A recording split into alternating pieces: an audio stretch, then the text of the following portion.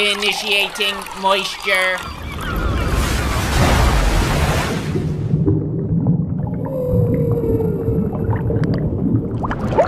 Welcome to the first ever Moist meter in progress. It's for Valorant, and the reason why this is in progress is because Valorant is currently in a closed beta where you have to play like a little fucking lottery to get a key through streams, which will touch on everything the good and bad about everything surrounding Valorant here, but I will not be assigning it a score since it is a beta and constantly evolving, so it just wouldn't really be fair to give it a score now when the full game down the line may come out and be totally different from everything I've talked about here. It could look like fucking Borderlands 4.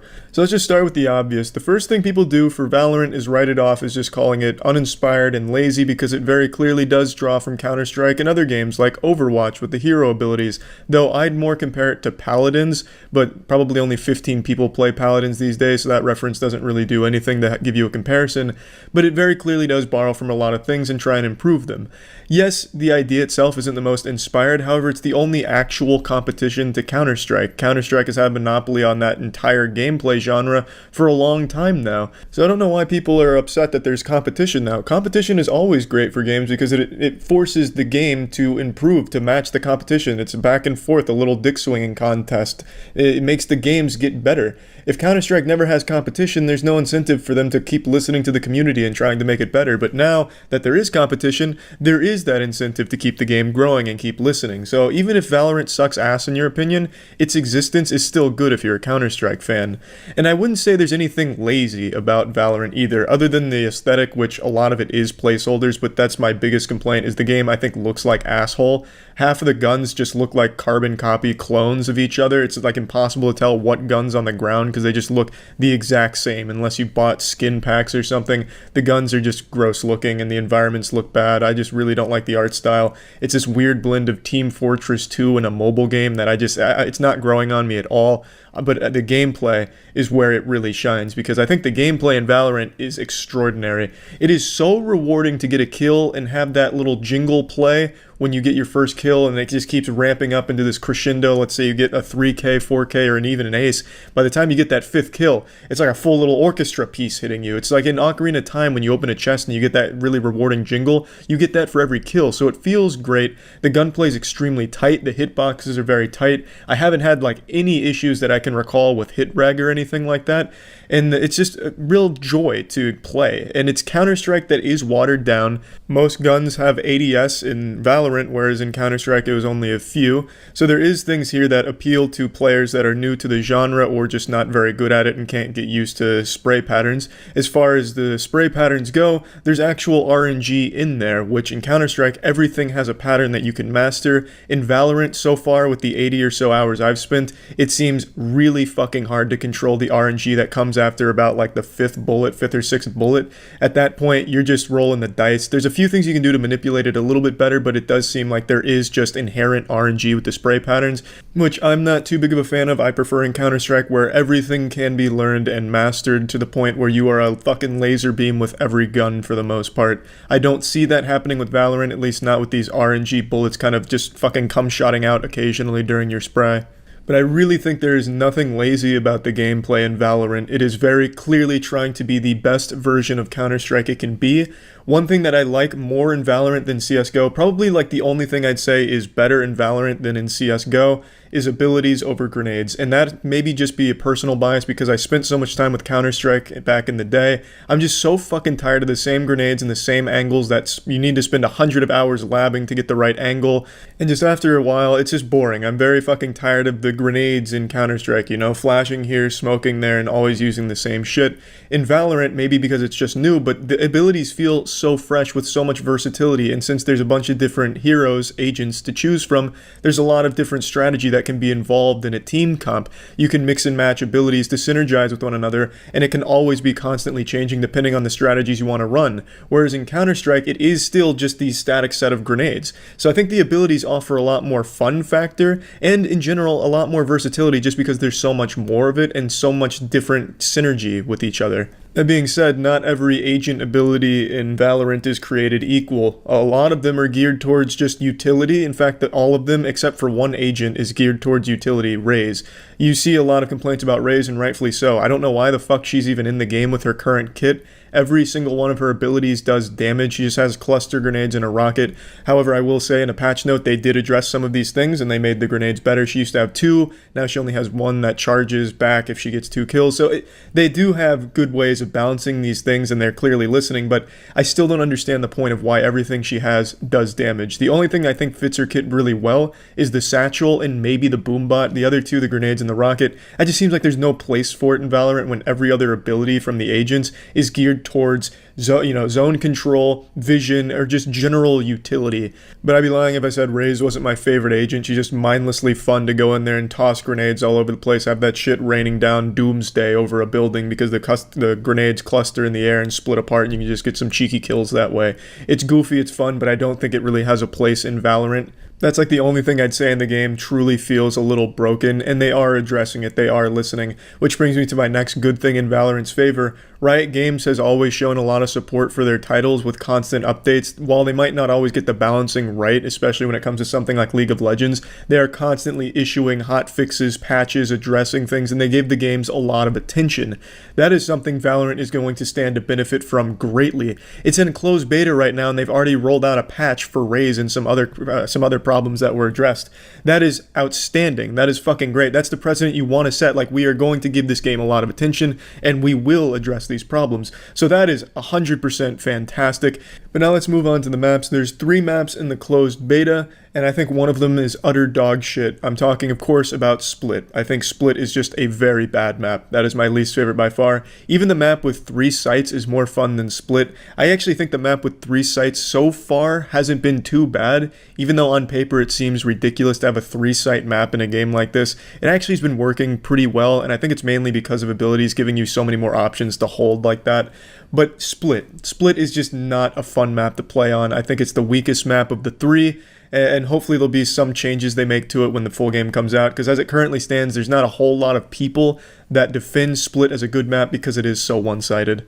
Now, I absolutely cannot make this Moist Meter in Progress without talking about Riot's anti-cheat.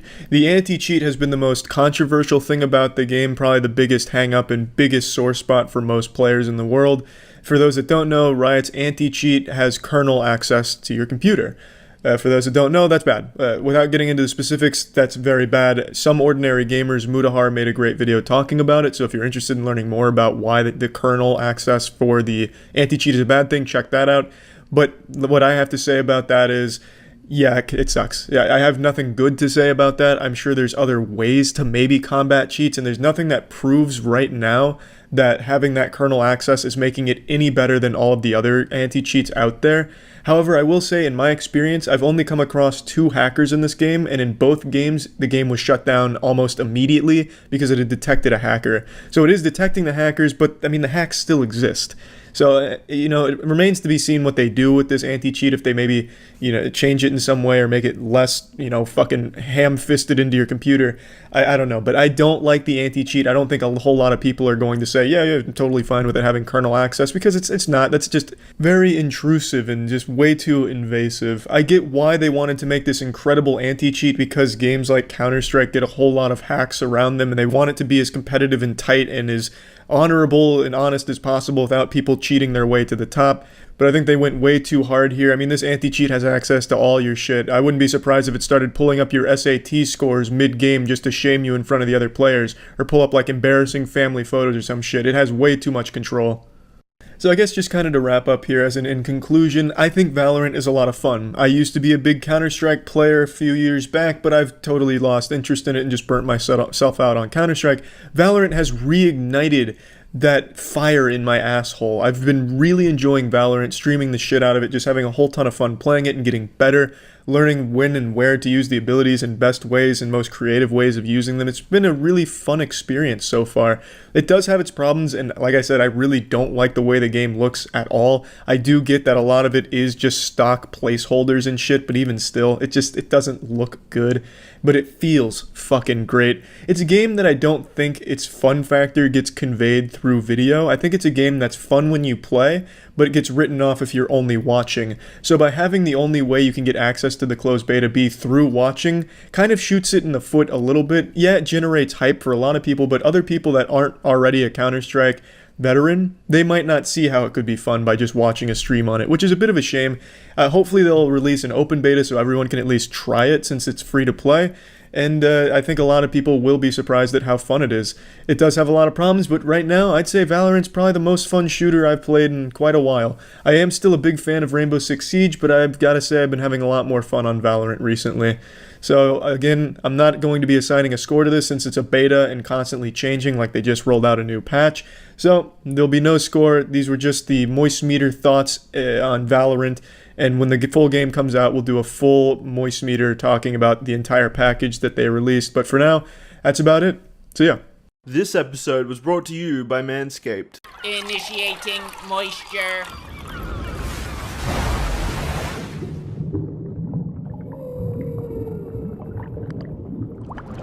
Welcome to the Moistcr1tikal. Today we're taking a look at the Avengers game. So let's just go ahead and spread these cheeks right away. So I want to just get this clear right now. The game is fine. Everything this game has is done well enough to be considered a good game. There's nothing wrong with it. I wouldn't even say this game's lackluster in any one area. But all that being said, I didn't really enjoy my time playing it. Now before you get a super-powered hate boner going, let me go ahead and explain what I mean.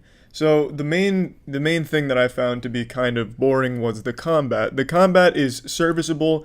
I'd even say the combat's good in certain cases, but overall it's just extremely repetitive. You're fighting the exact same combination of 3 enemies for the entire duration of the game. Most of the objectives in most of the missions on like side missions and such are just stand on this one plate for like 6 minutes fighting waves. It's just the objectives themselves are fun. The environments are really uninspired. You're never really going anywhere cool or seeing anything cool outside of a couple of really good cutscenes and set pieces in the campaign. And it's just when you're fighting these enemies, it's never really fun. It's just kind of a chore. To me, the combat just feels extremely slow and even a little bit clunky at times. It feels like every character is moving through an invisible layer of thick syrup before they make contact with the enemy.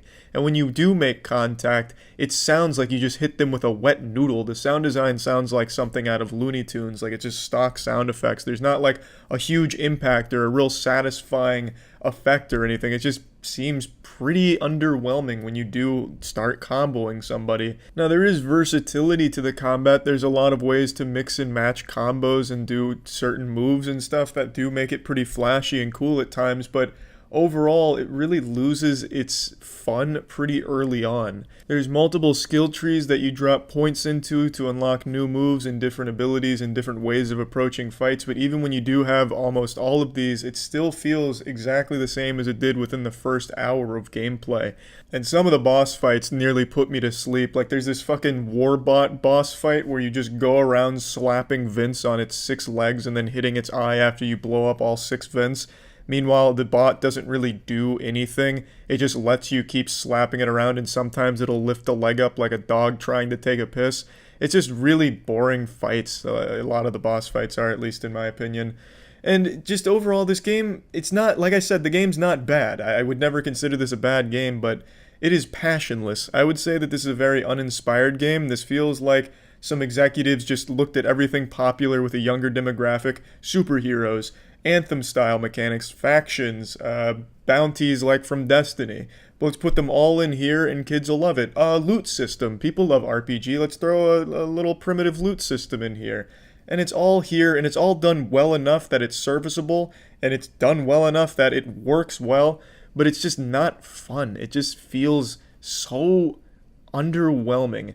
And the loot system, I think, is at least kind of cool sometimes just because I love min-maxing. But really, overall, even that wasn't super fun for me. Let me just go ahead and get off of the gameplay and such. Let's just keep talking about all the other areas. The narrative is pretty cliche. The narrative's nothing that's going to have you fucking blown back into your seat, really thinking hard about life or anything like that. And I actually think the narrative's kind of a little goofy, how people are so upset that they have superpowers. Like, what a fucking dumb problem to have. Man, I'm so mad that now I have fucking super godlike powers. If only someone could take these away so I could go back to getting bullied in high school.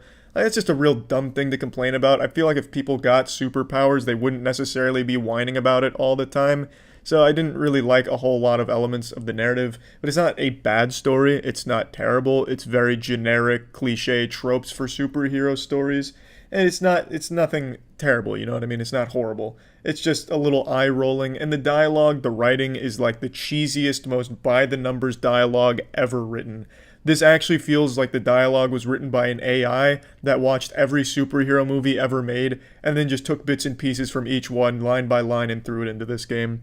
The writing feels like it was made in a day, just by copying everything you've heard from everything else. It's not bad. Again, it's not bad because it works, you know? It's superhero tropes, and it's done well enough where you're like, yep, that makes sense. That about fits here. I will say though, some of the voice acting feels really phoned in. Like some of the voice actors they got here, they just feel like they're not even trying at certain points, which I could totally understand because they have the characters talking fucking non-stop. Even if a character's not on screen, you can hear them fucking talking to themselves in another room on your ship. Everyone is always talking at every single second in this game, during combat, during cutscenes, when you're just walking around.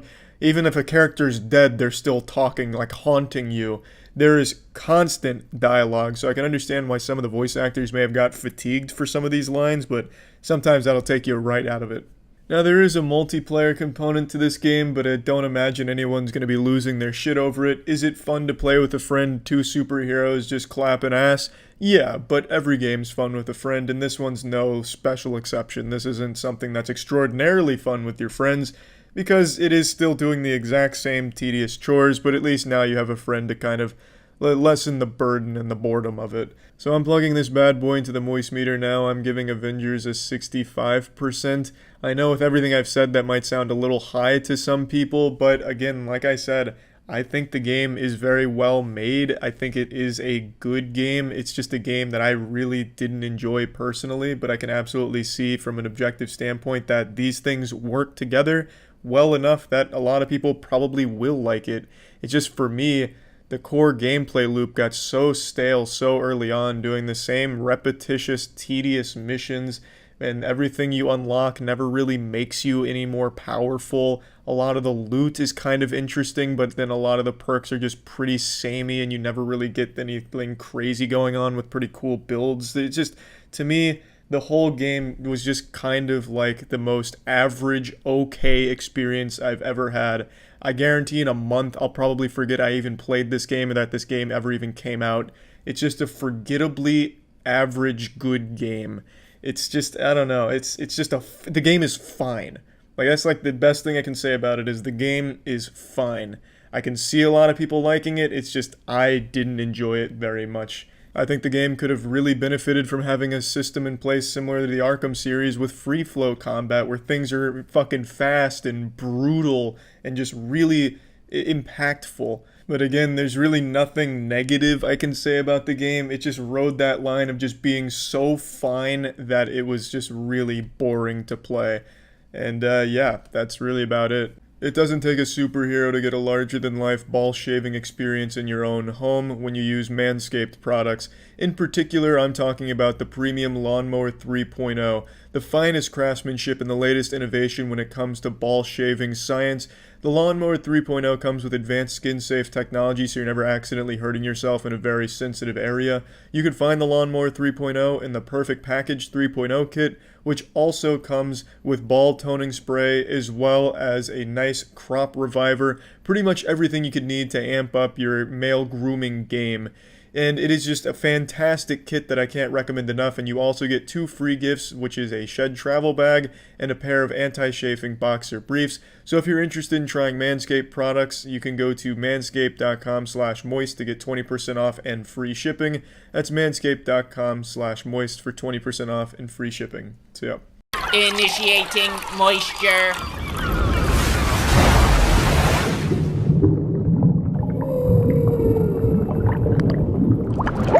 Welcome to the Moist Meter. Today we're taking a look at Demon's Souls Remake, a PlayStation 5 launch title. As many of you know, Souls-like games are my favorite games. It's my favorite genre, and Demon's Souls Remake put a wet spot in my dry trousers. This game was absolutely fantastic. I played Demon's Souls a long time ago, but I don't remember a fucking thing about it. I couldn't remember a single character, couldn't remember a single boss battle or anything, and I don't know why. I guess when I beat the game originally, the Men in Black raided my house and hit me with a neuralizer, so I forgot it all, but I came in here Everything was completely fresh and clean, and I absolutely loved it. There were things that I think are very flawed with the game, but overall, absolutely spectacular, and I think it is the perfect launch title for the PlayStation 5 because it showcases the PlayStation 5 technology beautifully. Graphically, the game is absolutely stunning, just absolutely gorgeous, and there's so much detail on everything. I feel like you could see your character fucking sweating, like individual pores opening up to release a little moisture when it gets too hot in the game. It is really impressive what they are able to do visually with this game. It is absolutely fucking great to look at.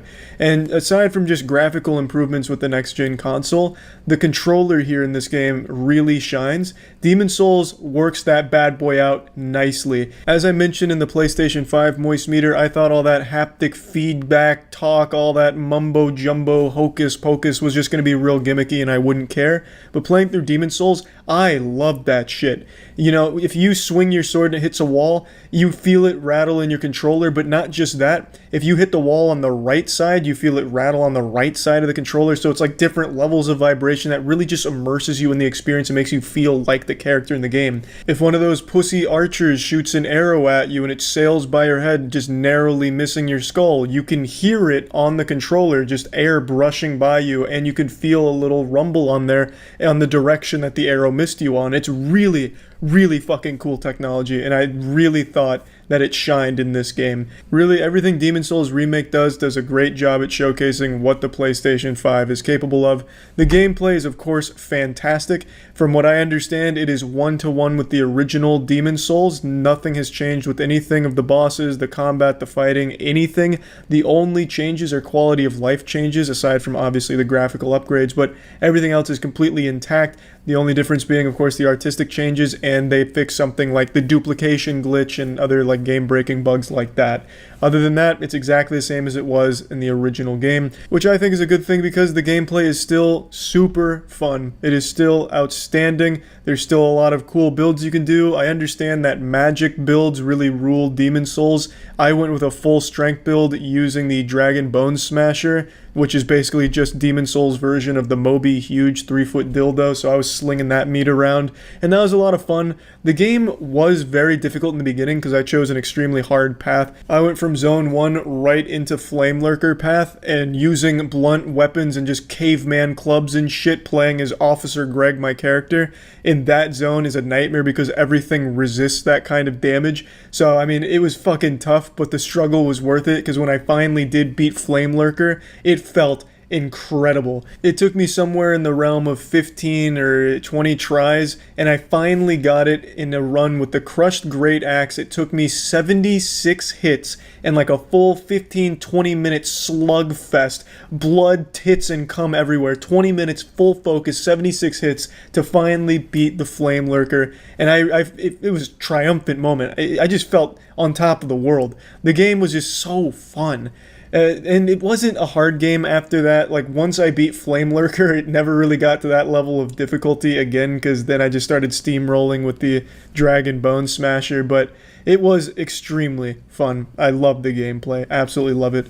A complaint I have about the game, though, is the camera really betrays you super often. This camera will just get stuck in fucking anything. If you tiptoe around the corner, your camera's just gonna like blast in front of your face and go into first person mode randomly sometimes. Like, the camera can be all over the place and a real nuisance. Oftentimes that's one of the hardest boss battles is with that camera. In addition to that, the hitboxes can sometimes be absolutely nonsensical. Like, a boulder will get thrown at you, the boulder completely explodes, and then you walk over the little rubble and you take full damage as if you just got blasted with that boulder. Even though it had already exploded, it's already like phasing out of reality, but there's still little fragments of stone there and it does the full damage to you. There's just some weird hitboxes in the game, which can definitely be frustrating sometimes. And the last real complaint I have about the game is there's so many sections here where it's just tight corridor fighting. So Demon's Souls doesn't have bonfires, by the way, so you're not getting like checkpoints or anything throughout the mission, and you don't use Estus, you use grass that you have to farm for. It's a consumable healing item, which is a bit of a headache, but it's not the biggest deal in the world. It frustrated me a little bit, but it only added more to the challenge and the scarcity of the resources and options you have for healing. But The thing with the tight corridors really just got on my ass cheeks, just grinded that shit.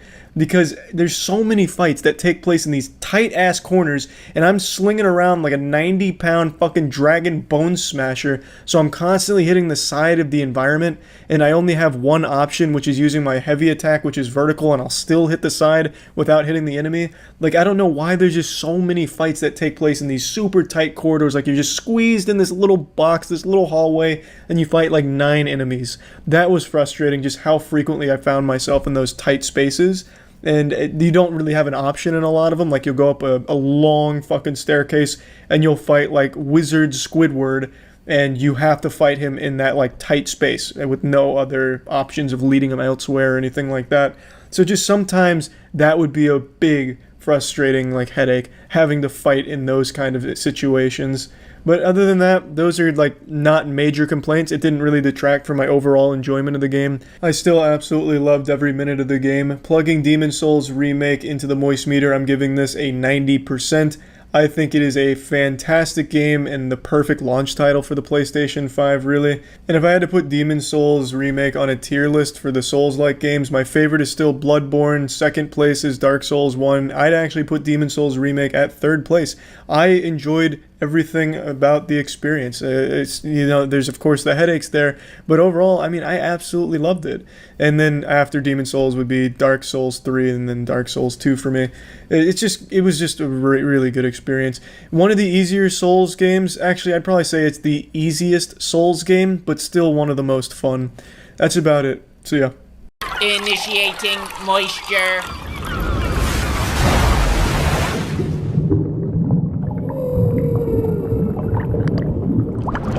Welcome to the Moistcr. Today we're taking a look at Spider-Man Miles Morales. I didn't know if this game was DLC or a standalone game for the longest time until like 5 days ago when I found out, hey Charlie, you fucking idiot, it actually is a standalone game. So that was kind of a nice surprise because I liked Spider-Man on the PS4 even though I don't remember shit about the story. I remember really enjoying the combat and just kind of the whole experience. So I was pretty happy to slap back in the butt plug and get back in the action here in this universe. And I have to say, even though it is a standalone game, it felt like I was just playing DLC.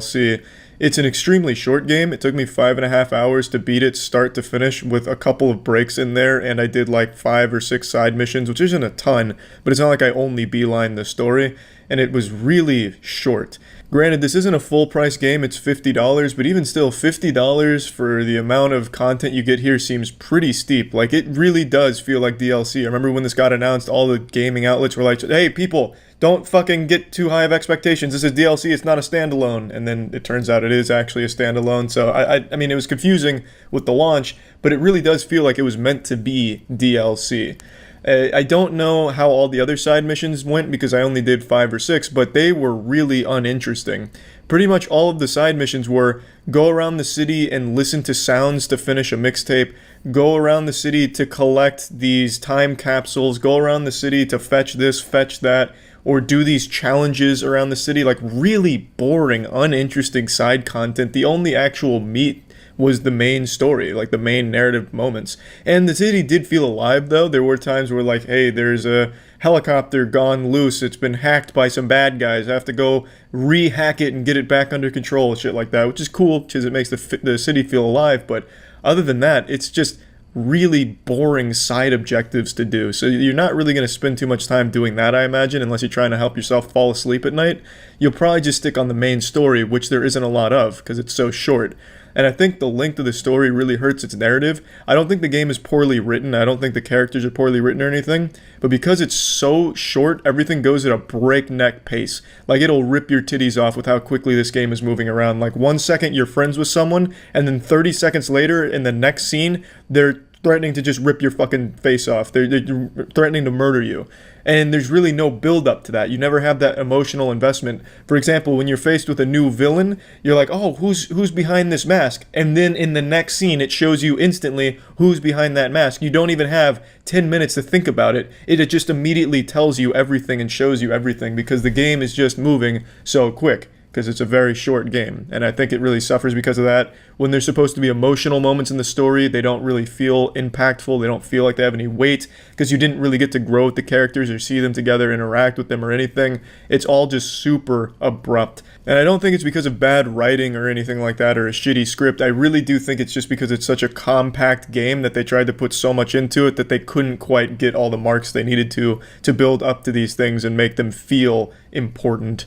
And it feels like this game was really, really, really meant to just be a DLC appetizer that eventually got spun into a full game. That's definitely what it feels like. Now, the combat, though. The combat is a drastic improvement over Spider-Man PS4. Even though Spider-Man on PS4 had great combat, this is even better, significantly better. I loved the combat. The combat never got old. It was super flashy, super fun. It's like Arkham free flow combat, but to the next level. There's so many options. You have different gadgets you can mix and match in your attacks, a lot of combos that you can unleash, a lot of options for approaching the fight. You can do stealth, which I almost never did because it was just more fun to do all of these cool moves and these finishers, and just so much when it comes to combat that I loved about it. You can cancel pretty much everything with a dodge, so you can be like doing some crazy combo dodge and then right there pick up the combo again. It's just beautiful. It really is. The combat shines. The combat is absolutely excellent. Also, in terms of combat, I was a little disappointed with the lackluster amount of like skills you can have. There's only like 10 or 12 total skills, I think. I don't know. It's like 8 per tree. So what is that? 8 times 3. So 24 total skills, I think, if that. And some of the skills are just totally useless. Like, you know, you'll throw a punch and you get an extra 2% damage behind the punch or something. So there's just really not a whole ton of content in the game. There really just isn't. And it's not a full price game, yeah, but $50 still is a bit high for how much you get out of it, unfortunately. Now, one thing I want to say in regards to the story and everything, though, is that every cutscene in this game is absolutely beautiful. I think the game looks fantastic, and I absolutely love the combat cutscenes in particular. They are so goddamn cool. Just so much like acrobatic aerial shit going on, using your webs in all kinds of cool ways in these cutscenes. The QuickTime events I could go without. I don't really care about QuickTime events. Just show me the cool shit. I don't have to feel like I'm behind the wheel there. So I don't, the QuickTime events, I could take or leave them, but the actual content of those cutscenes is so fucking cool. I loved it. It was some really flashy shit. It was really, really cool. I just want to point that out because I had a big old smile on my face during some of those combat scenes in the beginning. Awesome shit. And the set pieces, like when you're doing like a chase or something, is great. And that brings me to the next thing I want to compliment. The movement. The web swinging in this game, perfect. I know every Redditor in the world likes to bitch and moan and complain about how every Spider-Man game isn't as good as Spider-Man 2's web-swinging mechanics. This one has to be significantly better. It is objectively better. There's no argument you can make for Spider-Man 2's web-swinging being better than this game's. This is the best it has ever been.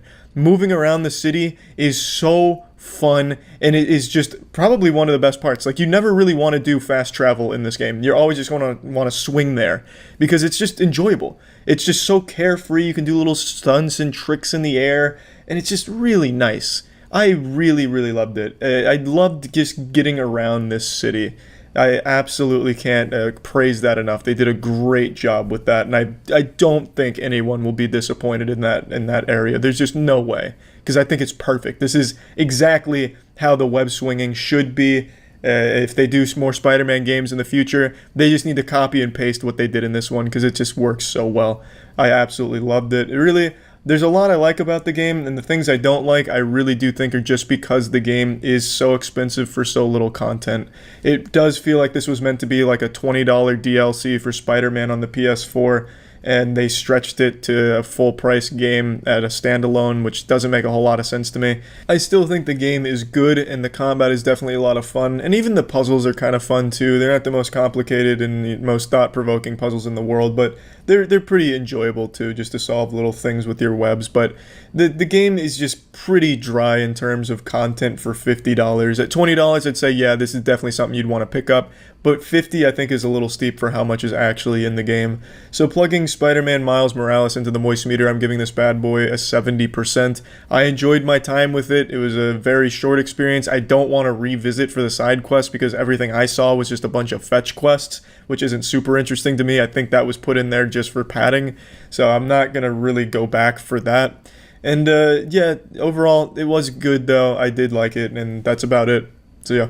This episode was brought to you by Shudder. Initiating moisture.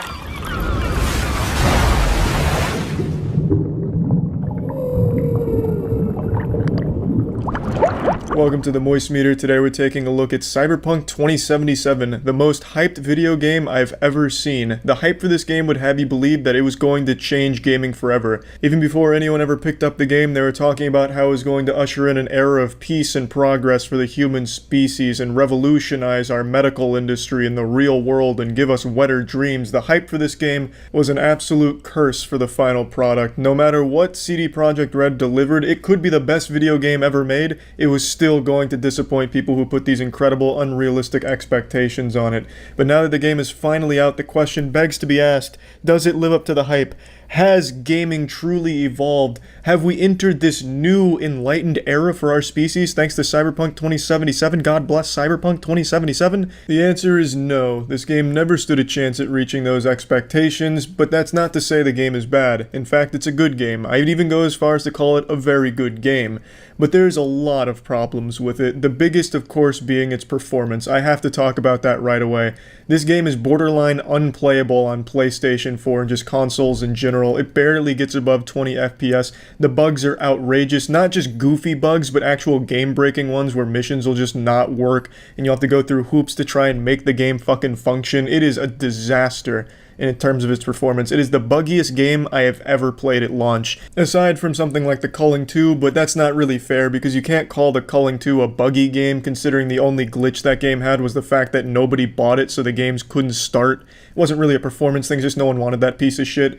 But this game is absolutely disastrous with its performance. Even on PC, I encountered so many problems. Missions I couldn't start, NPCs that wouldn't spawn. I had to save load multiple times and try tons of different ways of trying to make a single NPC spawn so I could start a side quest. Had to fucking set up a Rube Goldberg machine like, oh, maybe if I set up my car to self-drive itself to me, and then I save load, and then hop in the car, maybe then the NPC will spawn. I just had to come up with all kinds of like theory-crafted scientific hypotheses to make the fucking NPC spawn to start some of these quests. It was really frustrating. There's a genuine problem with this game and its performance. It doesn't really run that well. Even on like the best settings on the best PC, you're still going to have FPS drops. You're still going to encounter so many glitches. It's crazy. I am actually shocked at the state that this game is in on launch. Now, that aside, let's actually talk about the game once you can actually play it. It's good. I do like it. I think the narrative is great. I think most of the characters are very well written and very interesting. I absolutely love the world. The universe here in Cyberpunk 2077 is not only visually breathtaking and one of the best looking games I've ever seen in terms of its graphics and its art style and just visuals in general, but it just feels alive. As you're exploring Night City, you're going to encounter a ton of different shit. People asking for help. You know, there's a dude out there who's burnt his dick trying to get a dick augmentation, so now you have to drive him to the clinic so he can repair his penis before it burns itself off. There's just so much to do, and there's just so many things to encounter and just explore in the world. It really does feel alive. It's not like you're just wandering around a barren wasteland with no one in it, nothing to do, and just putting fingers up your asshole as you wait for the next side quest or main quest. There's just tons of tiny things you can do around the world, and I really appreciate that. The universe, the world, it is absolutely 10 out of 10 in that department. Great. The game is beautiful to look at. The design choices are great. I love the aesthetic of the game. I can't talk enough about how much I enjoyed that. And to complement all of it, you have great soundtrack. Every fucking song in this game is a banger. It really is. I didn't hear a single song that came on that I was like, damn, that shit is stinky. It's not good. I was always like, fuck, turn that shit up. I don't care if I get DMCA'd on Twitch. That's a great fucking song right there. The soundtrack in this game is so good. The score is great. They crushed it in that department as well. But now, we're going to get on to some of the things that I think are a bit of a shortcoming for it, even aside from just the massive glaring problems with performance. I think the gunplay is super stiff. I think it's clunky. I think it feels like it's straight out of 2009. It is not the best gunplay. It's not tight. It's very floaty. I just didn't really find myself liking the gunplay that much. And the guns themselves I think are cool and pretty imaginative, but the main differences between guns are just stat changes. You'll get different categories of weapons, but it doesn't really change that much because every weapon kind of functions the same. And throughout my playthrough, I played on hard, and I never really encountered any times where I was like, damn, I need to mix and match my guns here to suit the enemies I'm facing. You basically just choose whatever gun has the highest damage output as just base DPS, instead of like, oh, I'm going up against robots, I should look for electrical damage elementals or anything. You never have to worry about that. You just choose whatever has the highest number like a fucking caveman. So I didn't like the gunplay. It didn't feel that great. There are a lot of options when approaching combat, such as hacking. You can scan enemies and quick hack them, which can do things like overheat them or turn off their eyesight for a second or make them forget they're in combat, which is all pretty cool, but it's just a novelty. It doesn't really do much to help you. It's kind of pointless because in the time it takes to hack them, you could have just killed them with a gun or melee.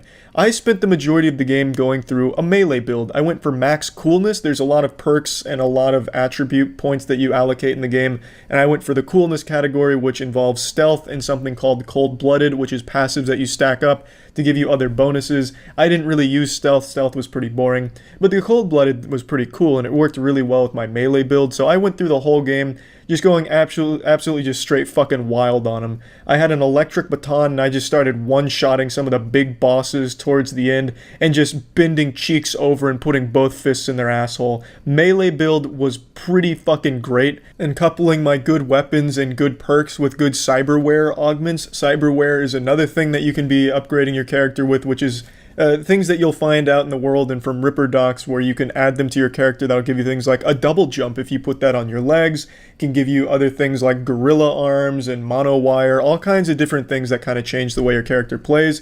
And I do like cyberware a lot. But when it comes to the actual perks, I think a lot of the perks are really uninspired. It's just flat percentage increases. There's a few that do change how some of the things function fundamentally, but for the most part, the perks that you're getting are just percentage increases, which is a little boring. I would have liked to see a little more creativity from some of the perks instead of just, hey, putting a point in here gives you 5% bonus damage with blunt weapons. I would have liked to just see a couple other things that would change it up a bit.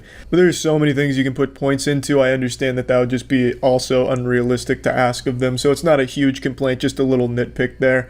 I do like how much there is that you can play around with. There's a lot of things you can find. You can upgrade your weapons through finding crafting materials in the world, going to vending machines, scrapping some soda cans, get some parts, upgrade your weapons.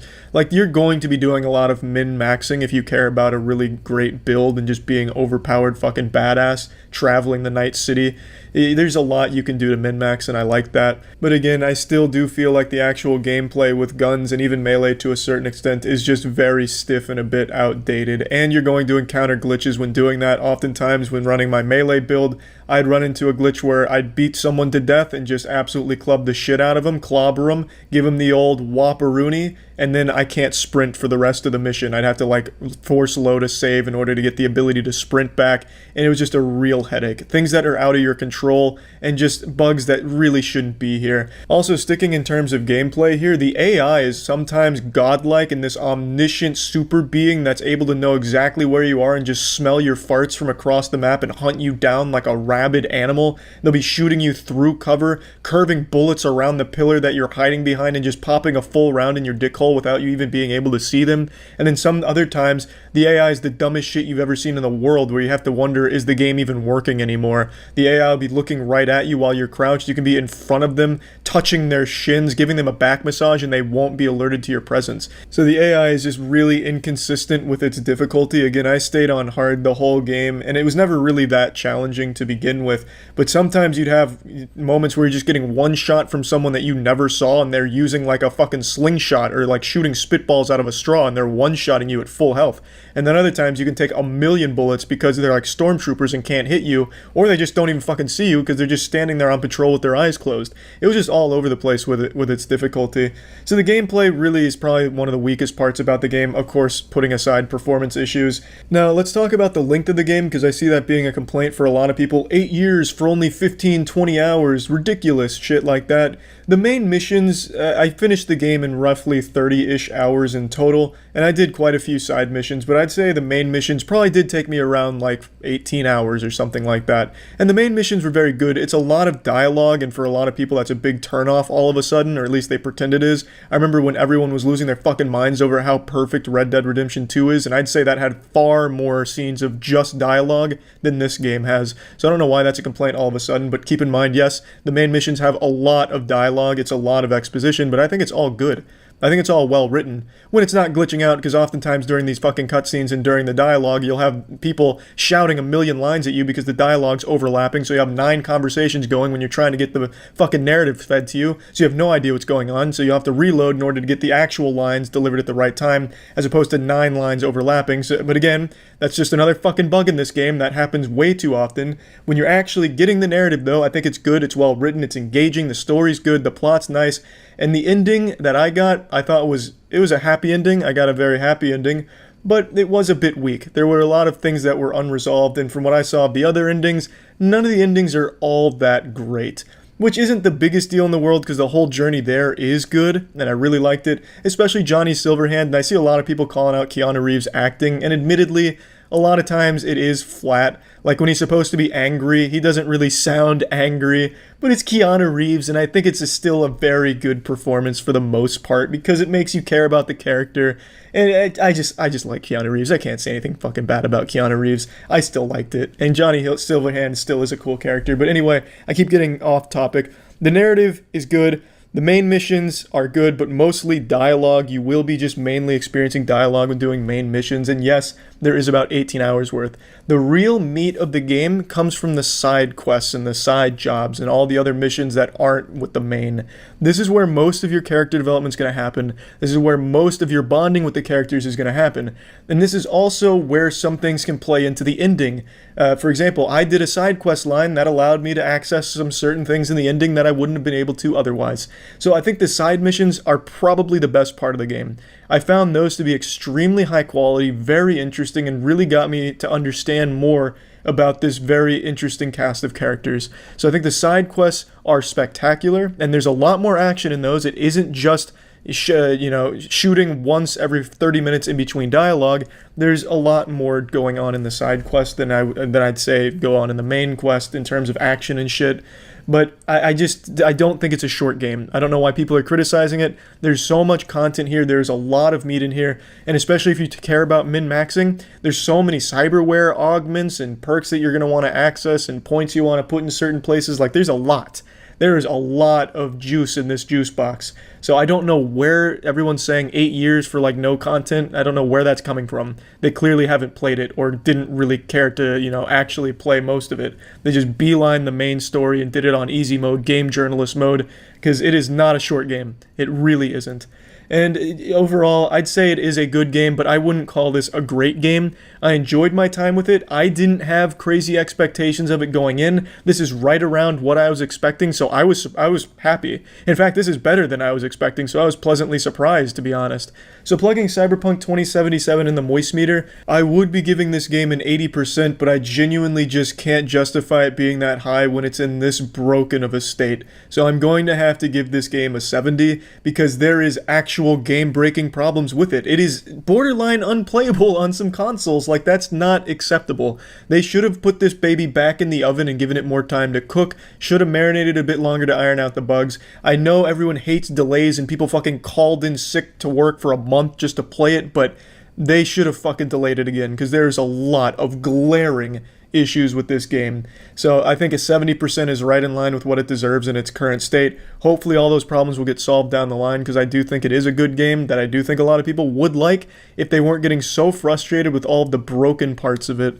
So yeah, Halloween may be over, but that doesn't mean the horror has to stop there. Today I want to talk about a service called Shudder. Shudder is the largest collection of acclaimed horror movies and shows delivered right to your favorite devices, like the Netflix of horror. Shudder is a service that costs $5.99 a month or $56.99 for a year, and you get access to the largest curated selection of horror and thrilling series and movies. Now, most of you know I love horror movies, and I know of pretty much every single one of them. If a 15 16-year-old in a high school somewhere made a horror movie, I've probably seen it. But Shudder was actually able to throw me a few curveballs, and I actually found a few movies I'd never even heard of on the service. So it really does have an incredible collection of horror movies and series, and I really thought that was super impressive. Of course, watching the horror movies and series on Shudder is an ad-free experience, and it really does go to pretty much every device you could imagine. So if you want to get started streaming the best horror, thriller, and supernatural content, Shudder's expertly curated collection of titles include Tigers Are Not Afraid, One Cut of the Dead, Revenge, and the Creepshow TV series, which is produced by Greg Nicotero, and based on the famous films by George Romero. So if you're interested, if you're a horror fan, you can try Shudder for free for 30 days by going to Shudder.com and using promo code MOIST. That's SHUDDER.com using code MOIST for a free 30-day try. That's it. See ya. This episode is brought to you by Raycon. Initiating moisture.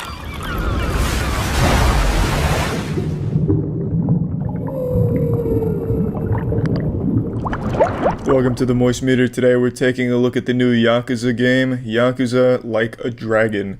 So, I'm not the most seasoned veteran when it comes to this franchise. The only one I really played through was Song of Life, but I really like that game and I really fucking loved this one. I'm gonna go ahead and rip the band-aid off right now and pull my pants down to hit you with the truth. I haven't even beaten this game yet while I'm moist metering it, which is a world first for the prestigious moist meter. Typically, I'll go start to finish through every game that we moist meter, but this one I'm making an exception just because I love it so much. I wanted to moist meter it right now. There is so much content in this game, it would make your titties spin, and I'm doing pretty much all of it. I've done every side quest so far because the side quests are really interesting, the characters are interesting, and the writing is so good. And this is one of the rare games that actually makes me laugh. I don't think comedy really lands in most video games, but in Yakuza, this shit is straight slapping. A lot of the side quests have some very serious elements to them, but a lot of comedy as well. And I absolutely love doing them, so I've done all of them, not because I want to level up and get stronger or get good gear, but just because I love the storylines and characters in them, and they put a big goofy smile on my face. Like last night I just got a new pound mate that happens to be a crawfish that can help poison the enemies. For those that don't know, I'll go ahead and explain some more mechanics. There's something in the game called a pound mate where you can basically do a Who Wants to Be a Millionaire phone a friend, where you pay to have either like some jacked guy come in and just beat the shit out of the enemies to help you out, or you get some goofy ones like a diaper-wearing adult man and a crawfish and shit like that. It's just so much. There's so much to do. You collect pound mates. They also have like a Pokemon mini game where every enemy you fight is called a Sujimon, and you get them in the Suji decks and you get to read about them. It's just, there's so much. I fucking love it. Now, this isn't a game that's going to be for everybody though. This game is mainly watching cutscenes and reading dialogue. Granted, the cutscenes and the dialogue are absolutely fantastic. It's a straight banger. But for a lot of people, that's going to be slow and uninteresting, I imagine. And the gameplay as well, it's turn-based gameplay. It's turn-based combat, which is a first for the series. And I like turn-based combat, but I know I'm like one of only 5 people left in the world who do. Not many people like turn-based combat, so I know that's going to be a huge turnoff for a lot of people as well. But for me, I like it. I think it's a lot of fun, and it's super stylized. Like, it never gets old doing, like, Nanba's homeless bad breath attack or something to debuff an enemy and then hit him with fire where you're spitting alcohol at an open flame to light him on fire. Like, I think it's great. I really do. I have a lot of fun with the combat, but I know that's going to be a huge sore spot for a lot of elite gamer barbarians out there.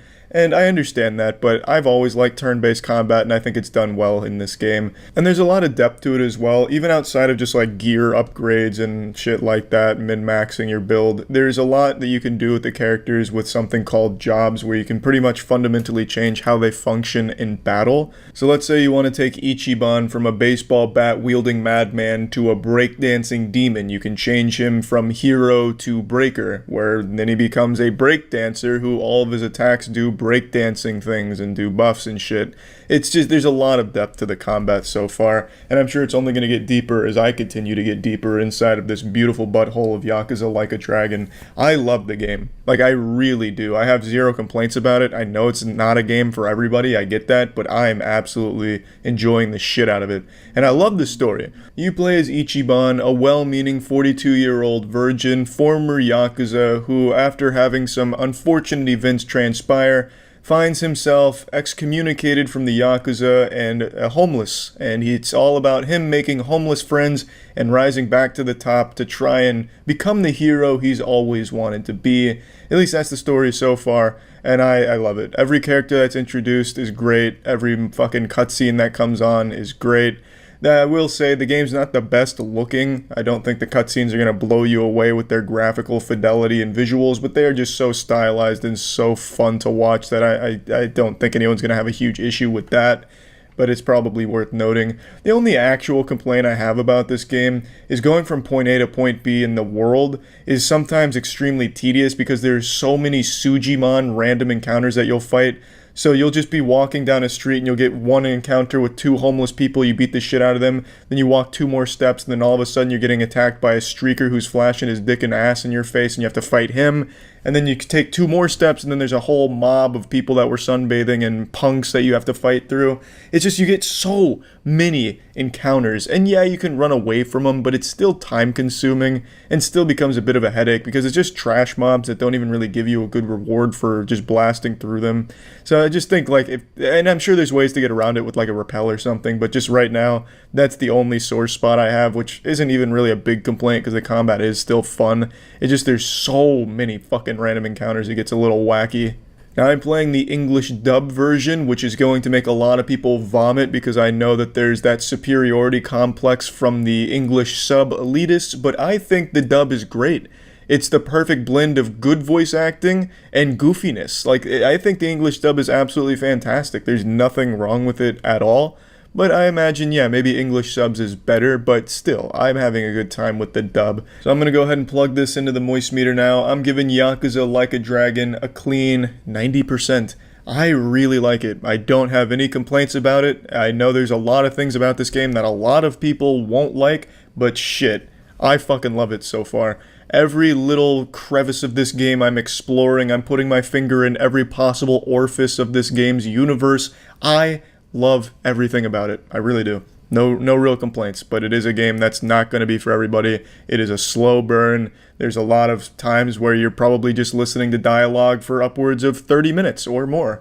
And for me, that's fine because I think it's well written and enjoyable, but for some other people, that's going to be a big fucking turnoff, and I get it. It's that special time of year again. There's a big holiday right around the corner. And what better gift to give someone you care about than the gift of high-quality wireless earbuds? I'm talking Raycon. Raycon earbuds are comfortable, they're easy to set up, convenient, seamless Bluetooth pairing. Raycon wireless earbuds sound just as amazing as the other top audio brands, but coming in at half the price. 6 hours worth of playtime, nice and compact, snug fit. It's great for just staying active because it's nice wireless, it's not going to fall out, it's not going to get in the way. I always use it for working out in particular, and it's just a great gift because it's something that people can use every single day. So if you're interested in getting yourself a pair of Raycon wireless earbuds for this holiday season, you can go to buyraycon.com/moist to get 20% off your order. That's buyraycon.com/moist for 20% off. See ya.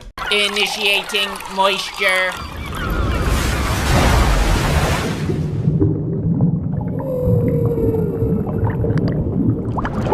Welcome to the Moist Meter. Today we're taking a look at Resident Evil 8 Village. I'm a huge fan of RE7, recently replayed the game start to finish on stream and loved it even more the second time around. So I was excited for this new game, and I want to make this clear right now. I'm just going to drop my trousers and immediately hit you with the truth.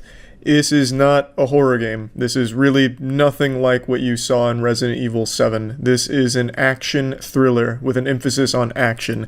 There was a statement released from Capcom recently.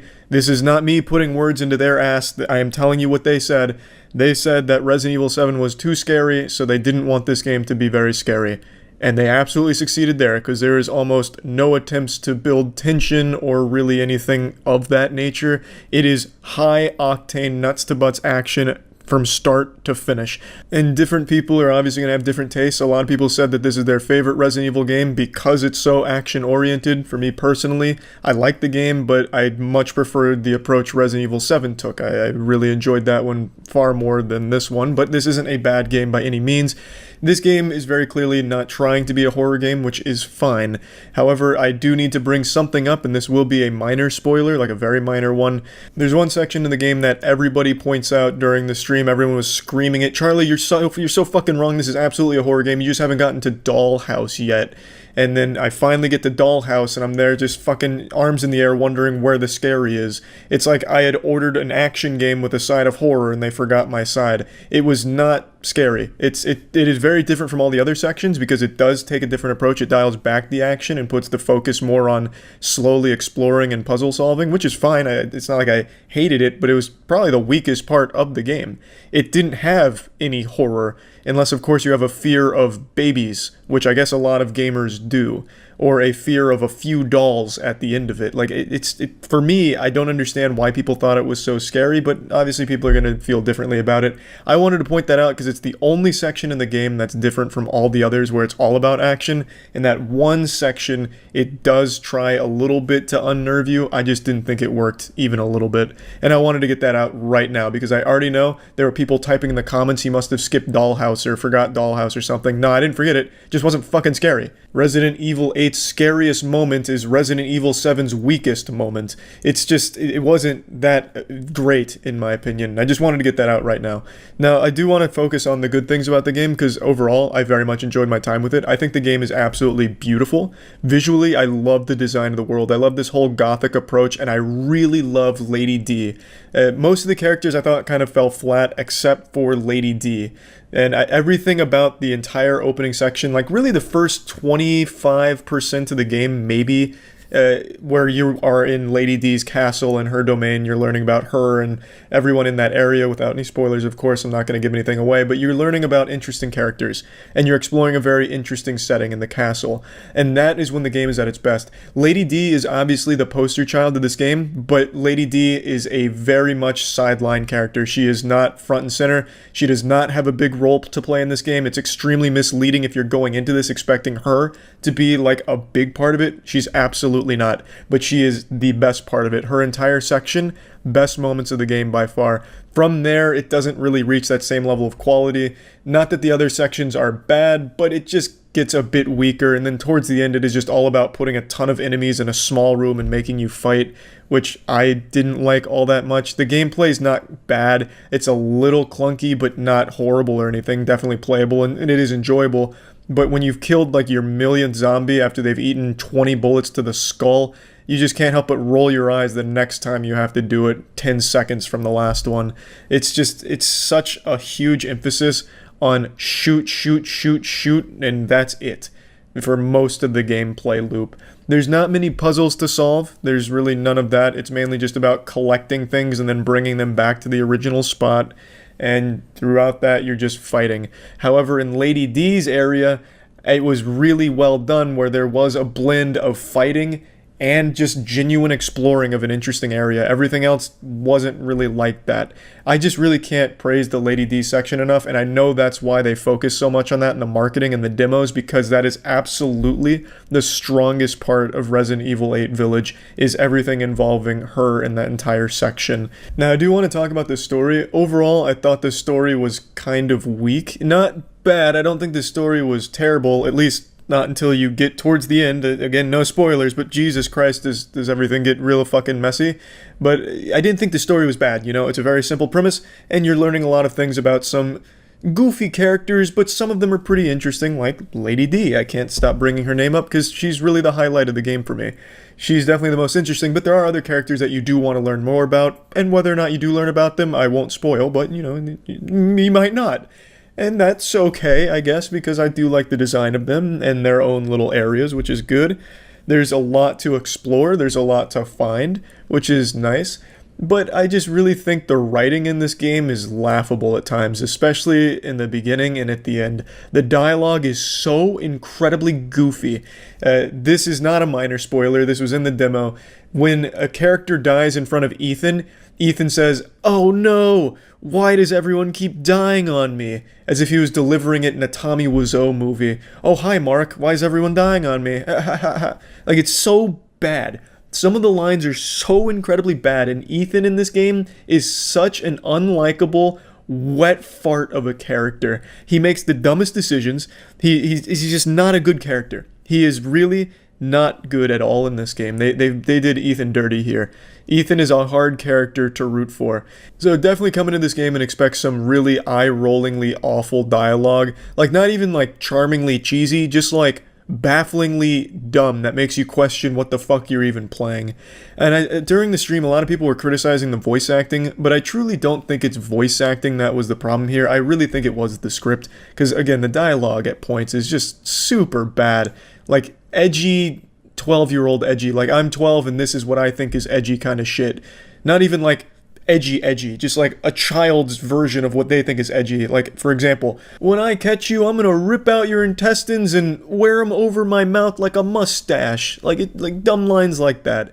I don't think voice acting was really a problem. Yes, there was a couple characters that I thought the performance was a bit weak, and I'm like, damn, that was probably their first take and they sounded distracted. But it's not overly common, you know? It's not a lot of characters, and I don't think it's a problem. It really is just the dialogue being on a really goofy level. But again, I keep getting hung up on the negatives because there is a lot of things that I think this game did a lot worse than Resident Evil 7, but I do like a lot of the things they did as well. For example, I like Duke. I think Duke is a good character. I like the being able to just shop so easily, and money was super abundant. I played through on standard because hardcore just didn't seem worth it to me.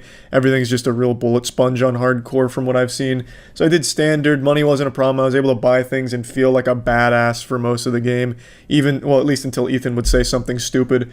And since there was such a huge emphasis on gunplay, I would like to actually commend them on that. I think this is probably some of the tightest controls Resident Evil has had with the gunplay.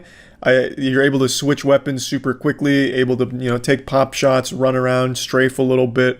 I think they really did a great job with at least refining the gunplay to fit in a more action-oriented game like this. So I think they did a good job there. And I think I do need to mention this since everyone brings up playtime, especially when it comes to Resident Evil games.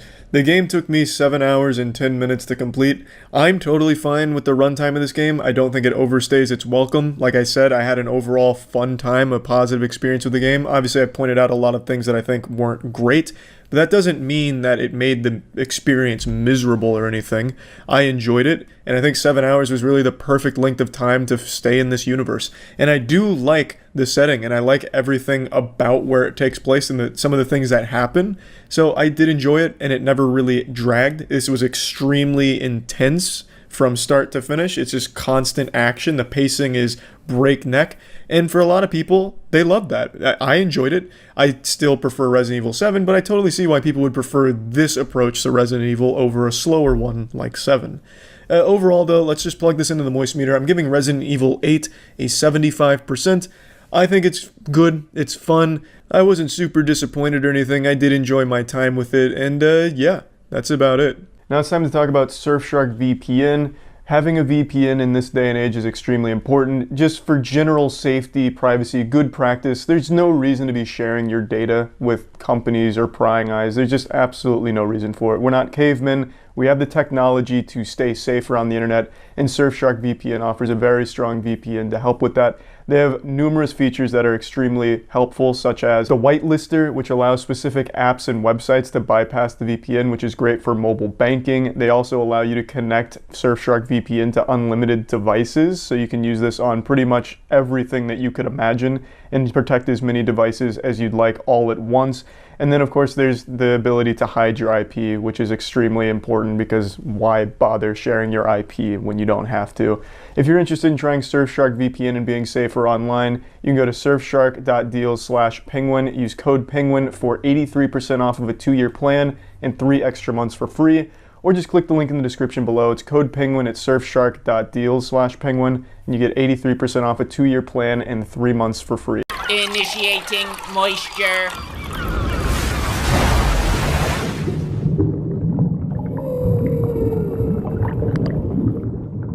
Welcome to the Moist Meter. Today we're taking a look at Pokemon Legends Arceus. I'll go ahead and put my meat on the table right away. I think the Pokemon games for the last 6 or 7 years have been really lazy. Brilliant Diamond and Shining Pearl, a blatant, disrespectful cash grab, and Sword and Shield to me is the worst the series has ever been.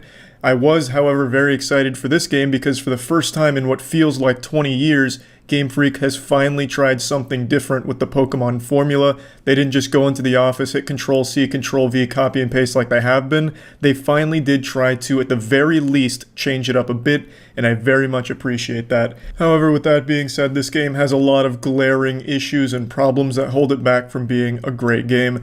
So let's just go ahead and get into it. I want to get all my compliments out of the way right now, the things I like about the game. I like that it's finally changing things up. It's a more open world experience now. It is a third-person perspective where you really feel like you contribute to the Pokemon adventure. In the boss fights, you directly fight the bosses with your Pokemon. You throw bombs to calm them down and then weaken them to summon your Pokemon to fight them. Or you could forego using Pokemon entirely. I went full Pokemon list for my boss runs because I actually found it to be more fun and actually faster to just kill it with bombs. And yeah, I really like that. I like that there's actual boss fights in here that have real mechanics to them. Sometimes you get like almost a bullet hell experience, but for Weenie Hut Jr. level, but it's still enjoyable. You get a dodge that has iframes on it, you throw bombs at it, and it just feels like you actually get to participate with your Pokemon instead of just sending them out there to get their ass beat on your behalf. So I enjoyed that quite a bit, and I do love the idea of being able to explore the world freely and capture Pokemon at your own whim and research them. I think it's a great idea and concept, just the execution wasn't quite there for this one. I feel like if Game Freak tries to refine this formula going forward, they can really find something super special with the concept. I think it lends itself really well, and it's something I know fans have been wanting for a long time because it's fun. To explore a world inhabited by Pokemon, seeing them interacting with each other is something that people really want, and unfortunately it's just not fully realized in this game. Instead, in this game, all the Pokemon are like fucking statues that just stand in the grass, and then if they see you, they jog at you a little bit. So it just doesn't really feel like they're even really alive, just these soulless husks that just exist for you to research and catch.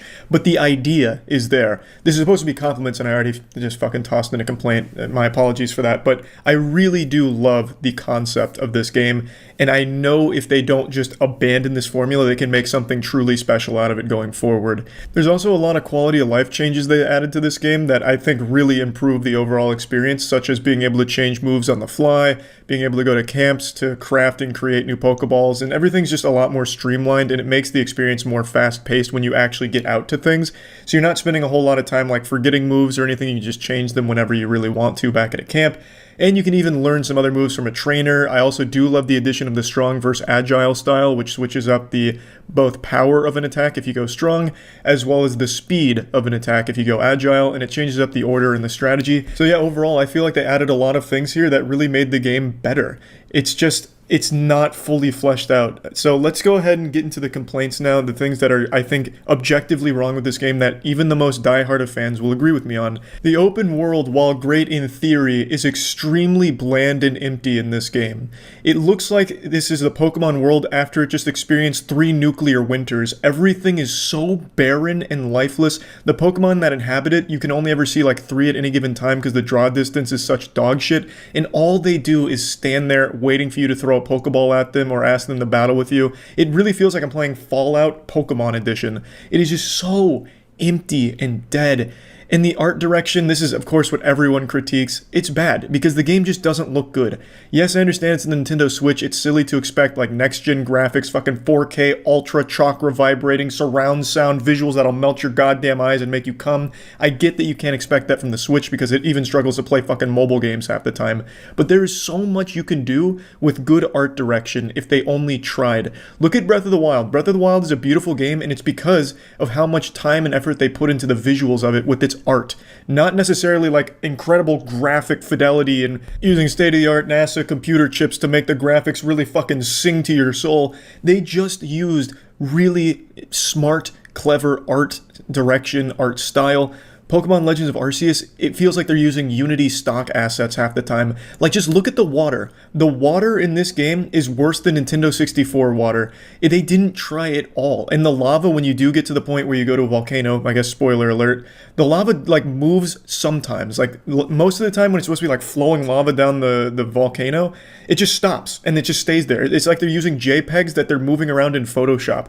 It is very lazily done when it comes to its visuals. They did the absolute bare minimum, and every single zone in this game is identical to the first zone. The actual zones don't switch up other than just having snow on the ground sometimes, or where they're placing their water. Everything else is the same. The exact same terrain that you keep exploring, the only difference is the Pokemon that inhabit it. However, even though the world is super empty and lifeless, I do enjoy exploring it with the mounts that you get. I don't want to spoil what they are, but you do get something akin to a horse where you can gallop around and it's fast, you can fly around, and you can climb pretty much anything in the game. So I do like the freedom to explore. Exploring was always enjoyable and very fast. It wasn't like it was a tedious process to get around, and I appreciated that. But what I didn't appreciate was the game spitting in my mouth with the research system. That shit just felt like I was getting a wedgie or like getting a fucking swirly in the high school locker room.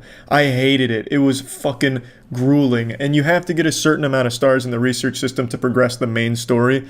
But basically, in a nutshell, the research system is catch more Pokemon, battle more Pokemon, you get more research points, and then as you do that, you can get stars back at the Jubilife Village. And as a concept, I think it's a good idea because that's fun. However, they have you doing very specific things in order to farm that research. So it's not just catching and it's not just battling. You have to battle them using certain types, you have to see them using certain moves, and you have to defeat them in certain ways or at certain times, and it just made it such a chore. Like I said, I think the idea is there, it's just so basic and so not fun in the game right now. And that's how I feel about a lot of the game. The ideas are there. The potential is there. It's just Game Freak didn't have the talent to get it right on their first try. And I guess there's no real shame in that since it's the first time they've really branched out from their same formula, like their fucking 20-year-old patented forbidden jutsu Krabby Patty secret formula. So they've been living in that home for so long. I guess it's to be expected that they couldn't really nail something new on their first try. But it's definitely not cooked enough. This is still pretty raw. The research system could be fun, probably will be in the future if they ever attempt this again, but right now I just found it to be the most unfun part about the game because you had to research the Pokemon in order to progress in the main line. And let me tell you, the main quest line is horrible. The story is so trash even by Pokemon standards. I really wouldn't be surprised if this was written by the director's illiterate 4-year-old or something. Like, it is so bafflingly silly, nothing even connects. It's barely even coherent. By the end of the game, you're scratching your head wondering what the fuck is happening and why. Because all of a sudden things just start... I'm not going to spoil anything, actually. Scratch that. It's bad.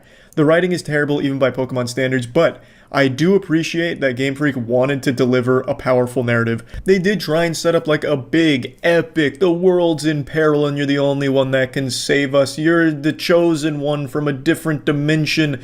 A fucking time-traveling Pokemon whispering guru, please save us. And of course it's Pokemon, you're not really expecting to get some kind of like the Homer's Odyssey kind of writing. You know, of course it was going to be like mainly for kids, but that doesn't mean it had to be shit. And trust me, it is shit. Dog shit. It is a load of ass, and it is so insultingly long in their cutscenes. And the cutscenes aren't even animated. It's just characters standing looking at each other with text boxes popping up. They didn't even bother to animate until the very end of the game. Everything else is just, it looks like a kid playing with action figures and then text boxes. It's fucking horrible.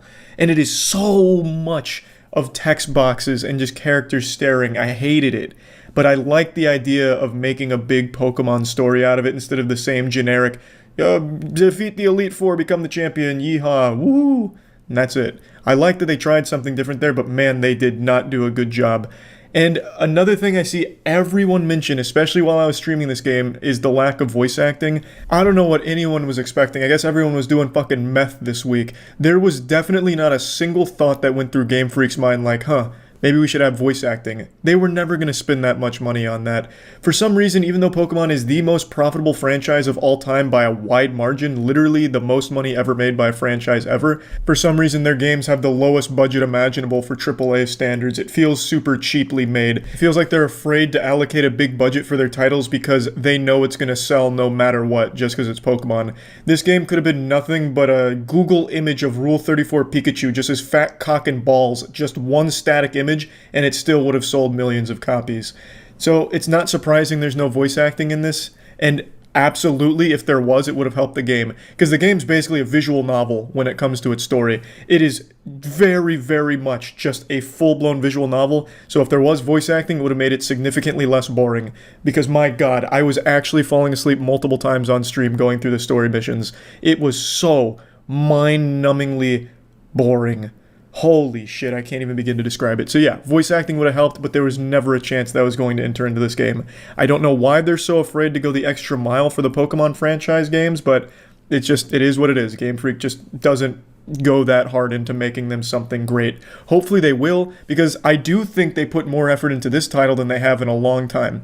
I feel like they really tried to get experimental and innovate, and to a certain level I think they succeeded in certain aspects of the game, but it's just not all there yet.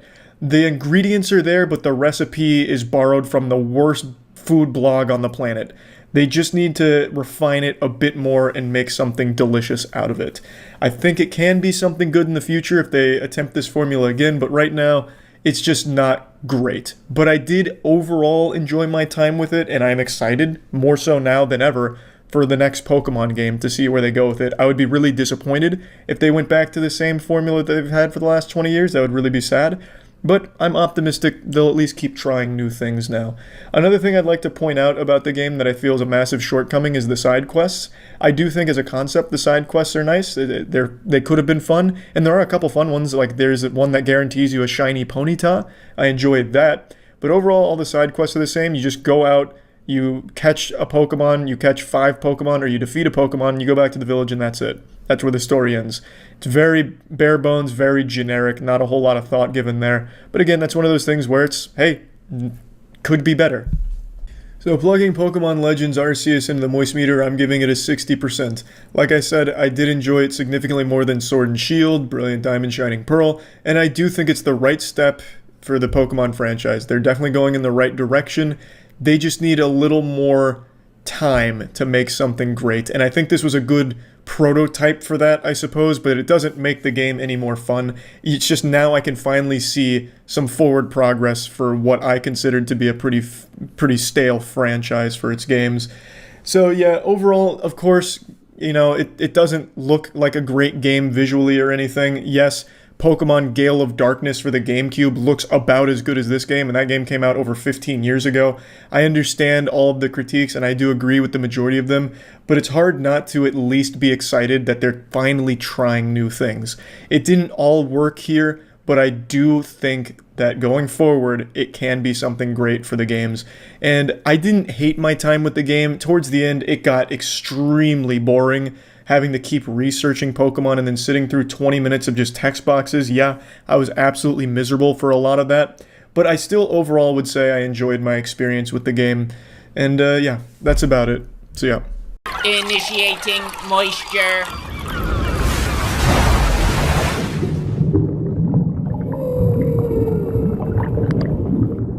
Welcome to the Moistmeter. Today we're taking a look at the new remake, remaster, reimagining of The Last of Us Part 1. So let's get down to business. The first Last of Us game is an absolute masterpiece and a damn near perfect story. This isn't any surprising information. If anyone's played The Last of Us, you absolutely remember it and will likely put it in your top 10 games of all time for good reason. But for the Moistmeter here, I'm kind of in a bit of a weird pickle because there's no real reason to talk about the game itself since it's the same game that released back in 2013, just with a lot of upgrades to its visuals as well as a couple of tweaks to its combat.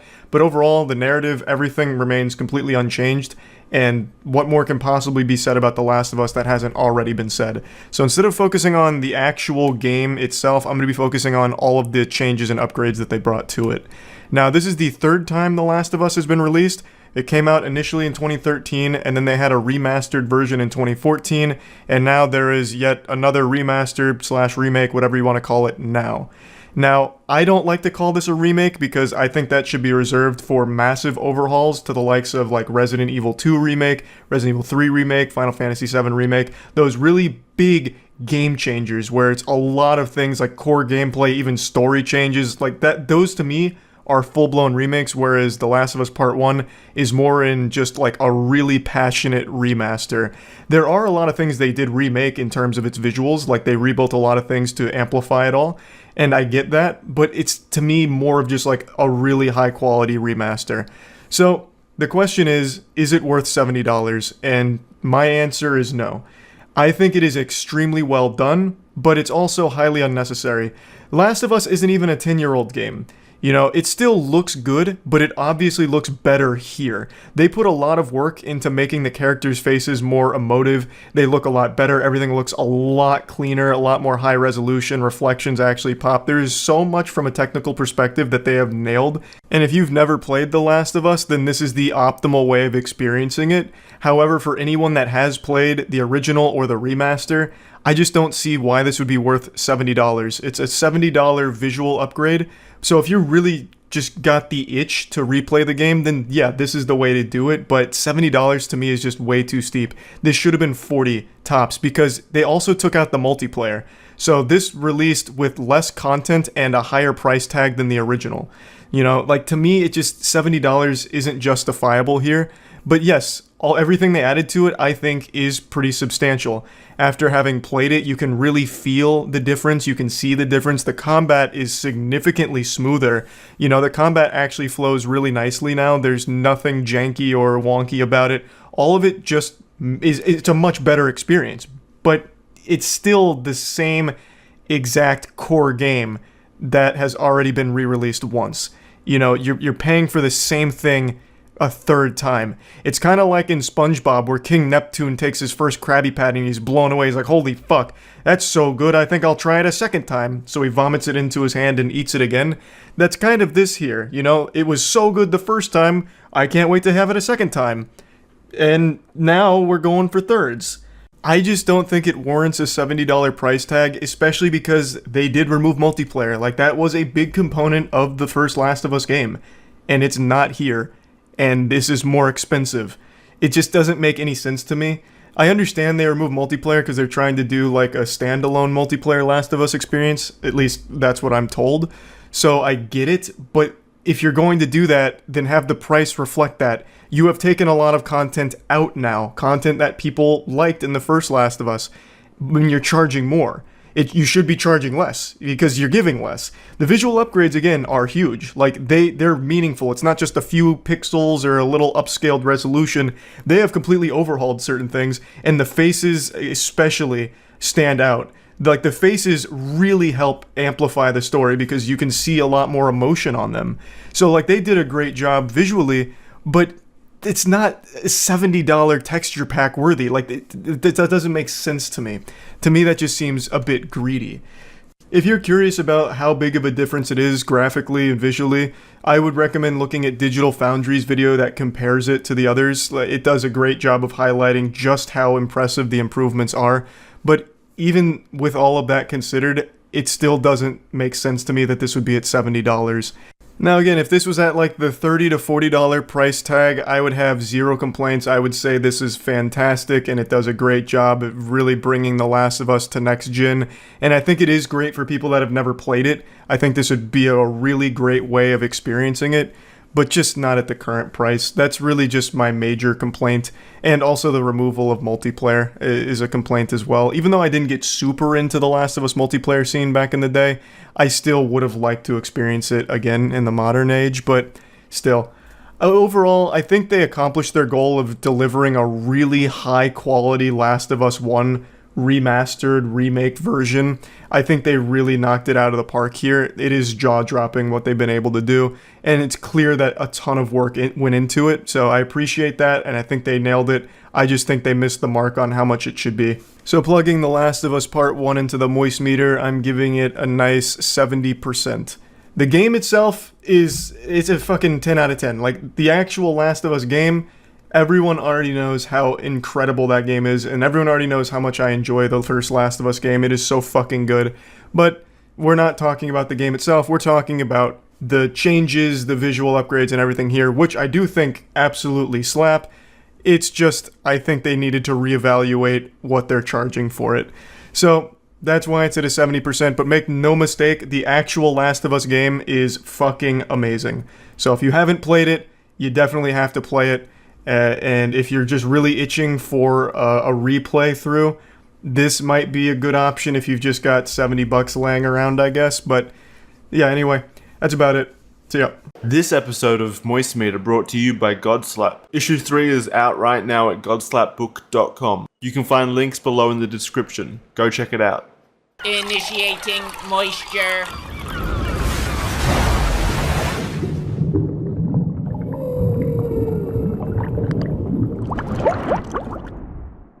Welcome to the Moist Meter. Today we're taking a look at Resident Evil 4 Remake, a very long anticipated title and one that I've been looking forward to as well. I think these Resident Evil remakes have been absolutely phenomenal. In fact, the second one is my favorite in the entire franchise. So, big shoes to fill here, though I do want to say Resident Evil 3 Remake is definitely the stinkiest of the bunch, but not because the game itself is bad, it's just like a 40-minute game. It's like playing a demo on the Xbox Live Marketplace. That game was criminally short. But aside from that blemish, they've been absolutely crushing this, so I had high expectations of number 4, and I'm happy to say that they were met. I didn't remember beating the original Resident Evil 4. I know I played it a few times, but I don't think I ever actually beat it. My brain was too small as a young toddler. I couldn't quite figure out how to complete the game, I guess, because I really didn't remember shit that happened past like the midpoint of number 4 here. So a lot of this was kind of just fresh and new to me, which I really appreciated. So I can't really compare a lot of what happens in the remake to the original, though I can say all of the quality of life improvements, such as all of the gameplay changes, are beyond welcomed. I accept those with open arms and a smile on my face. The gameplay in Resident Evil 4 Remake is super smooth and extremely fun. I think this is by far the best combat the franchise has ever had. Everything is silky smooth like my ass with powder on it. Everything works really well, flows nicely, and it's even pretty punishing. Even on standard mode, if you make a mistake, you will get slapped. Especially when there's like 2 or 3 enemies nearby. They'll lunge at you, they'll fucking dodge your shit like they're seeing into the future. It's pretty refreshing that it's not just like baby easy even when you just play through on normal. I know hardcore is absolutely like the ideal way to play, but I just kind of wanted to relax and enjoy the experience, which I did. So I played through my first playthrough on standard, and I had a great time doing it. The combat never got old, and it was always fun to strategize around like what kind of build I wanted to run, even though that's not the right word for it, because you don't really make a build. It's just deciding what you want to pour all your money into for upgrades. So I did the classic Red 9, so I boosted the fuck out of the Red 9, and then I did rifle and knife. And that's kind of what I ran with for the majority of the game. But the fun of Resident Evil 4 Remake is there's a lot more you can do as well, because they introduced these things called charms and cases that have special perks. So, like, for example, the gold case, which I had, that's a case that gives you a bonus to money that you could find in the world, whereas the standard case gives you a bonus to handgun ammo you can find in the world. And then through the charm system, you unlock these tokens that are earned through playing mini games nearby the stranger that's selling all of this. So nearby the stranger, the merchant, you go downstairs in this elevator and you play these shooting gallery mini games, and the better you do, the more tokens you get, and you can spin those tokens on almost like a fucking gotcha game here. And you roll for these charms which attach to your case, and they have all kinds of rarities: common, rare, epic, and legendary. I got 2 epics and a legendary from doing all of the mini games, and a lot of dog shit. Some of them are truly worthless, but I had some bangers. So one of them, the legendary, gave me plus 8% running speed, which allowed me to dodge and evade more enemies and could plan out some better attacks. Another one I got was like a 5% discount on all weapon upgrades, and another one was a plus 20% chance to crit with melee. Like, it's just fun things that make the gameplay a little bit more deep. They add a little bit of depth to it, and I appreciated that. The gameplay was just super fun top to bottom. I think they absolutely fucking crushed it here. Now, moving on from gameplay, let's talk about the story. So, I didn't really remember shit from the Resident Evil 4 story, so most of this is new to me, and I'm gonna just be honest and upfront. I don't notice any changes from what I remember in the OG Resident Evil. A lot of the things that were there are still present here, such as the fucking lake monster and all of that. It just seems like they added more to it, like certain boss fights or certain characters, like Luis, for example, has more screen time than the original, I think. At least going off my memory. So it's just everything that I've remembered from OG Resident Evil 4 is still present here, but it does feel like they turned down the goofiness. They set that goofy dial from goofy to silly. Instead of like leaning into the campiness, it seems like they kind of shied away from it and made it more serious to take itself a little more seriously. And I think that's kind of detrimental, because some of the charm of Resident Evil 4 was the campy B-movie feel to a lot of what happens. And that's definitely not here. This is a game that is taking itself super seriously, and when they try to make a joke, it's not very good. A lot of their jokes fall super fucking flat here. Whereas I remember in the OG ones, such as like if you tried to get like a look at Ashley's panties, she'd be like, "You pervert." Like that kind of shit is nothing big, but it's not here. It just added like a little bit of charm and silliness to it. Excuse me, goofiness, because that's a level above silly, that I just think helped elevate the experience. But it's not a big deal that it's not here, but it is something that I took notice of. But aside from that, it seems like the DNA from the OG Resident Evil 4 is still intact here, just expanded upon and fleshed out a bit more, which I do think is good overall. It seems like they added a lot more lore and a lot more character depth in this game, and it works pretty well for the most part, except for, like I said, the comedy doesn't really land. So I have no real complaints about the story or anything like that. I think visually the game looks fucking fantastic. I'm a huge fan of how these remakes have been presented. The presentation behind these, I think, is stellar. So there's a lot of like really action-heavy moments in these cutscenes where it's clear that they're self-aware with how over the top it is. So for example, during a knife fight with a boss you encounter, you're just doing this like almost Wing Chun-like movements, and you're like slapping at each other with a knife in your hand, and the camera's going kind of wacko mode on it. It's just fun. And then there's a helicopter pilot that you meet at some point who's helping you out, and he's like, "Drinks are on me, buddy." And then all of a sudden, a couple zombie bugs hit the helicopter, and he's like, "Oh shit," and blows up. And then in the flames walks the big bad. It's super cool.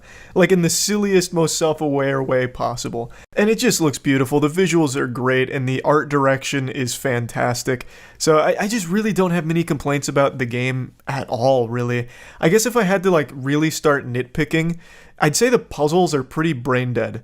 I don't know if that's because I played on standard mode. I don't know if the puzzles change. But I swear to God, some of these made me feel like I was back in elementary school on my fucking toy dinosaur learning about the ABCs.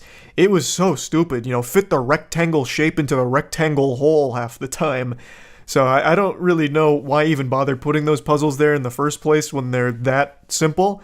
I imagine they might change in higher difficulties, but I'm not positive since I haven't done another playthrough yet. But I just wanted to point that out. Not a big deal, just a little bit of a nitpick. And another thing that is a bit of a nitpick, it is actually gameplay related. It seems like there's a bit of a buffer system, so from time to time, when I was engaged in like a pretty intense fight with multiple enemies, I try to do multiple movements, but only a couple of them would register, and then the other ones would register later. So for example, if I wanted to ADS, and then I wanted to crouch, I would do both inputs, but I might do them too quickly, so what would end up happening is I'd ADS, and then it'd stick there for like a full second before the crouch comes, when what I wanted was to ADS and then crouch to cancel out of it, to get out. So sometimes things would just hang there for a minute, and I don't know if it's because I was doing too many inputs too quickly, but it felt a little clunky in moments like that, though it wasn't very often. It's just during like a really intense fight when I'm trying to do multiple movements, or if I'm going into the inventory to pick up a grenade that I don't have on my like actual, shortcut wheel. When I hit equip, there'd be like a full second or second and a half where I have to put away my gun, and then I'm making 2 additional movements before the grenade enters my hand. So it just felt a little unresponsive sometimes, but I don't know if that's just because I was inputting things like an absolute fucking coked out madman during the intense moments. So not a big deal because it didn't happen often anyway, but something I felt I might as well point out. Overall, though, I just don't have many real complaints for Resident Evil 4 Remake. I really enjoyed pretty much every single minute of it. Plugging it into the Moistcr, I'm giving it a nice clean 90%. I fucking loved it. I think they did another great job here. And this is a much longer game. This is like, I think it took me 12, 13 hours to beat, something like that. So this does not suffer from the same problem Resident Evil 3 Remake had, where it was too short. This one feels just right, and there's even more content coming to it pretty soon, as I understand it. Plus, multiple playthroughs and, unlimited ammo shit to strive for, charms. There's just a lot of replayability to it, so very, very satisfied with Resident Evil 4 Remake, and yeah, that's about it. As most of you know, we started our own comic book series called God Slap.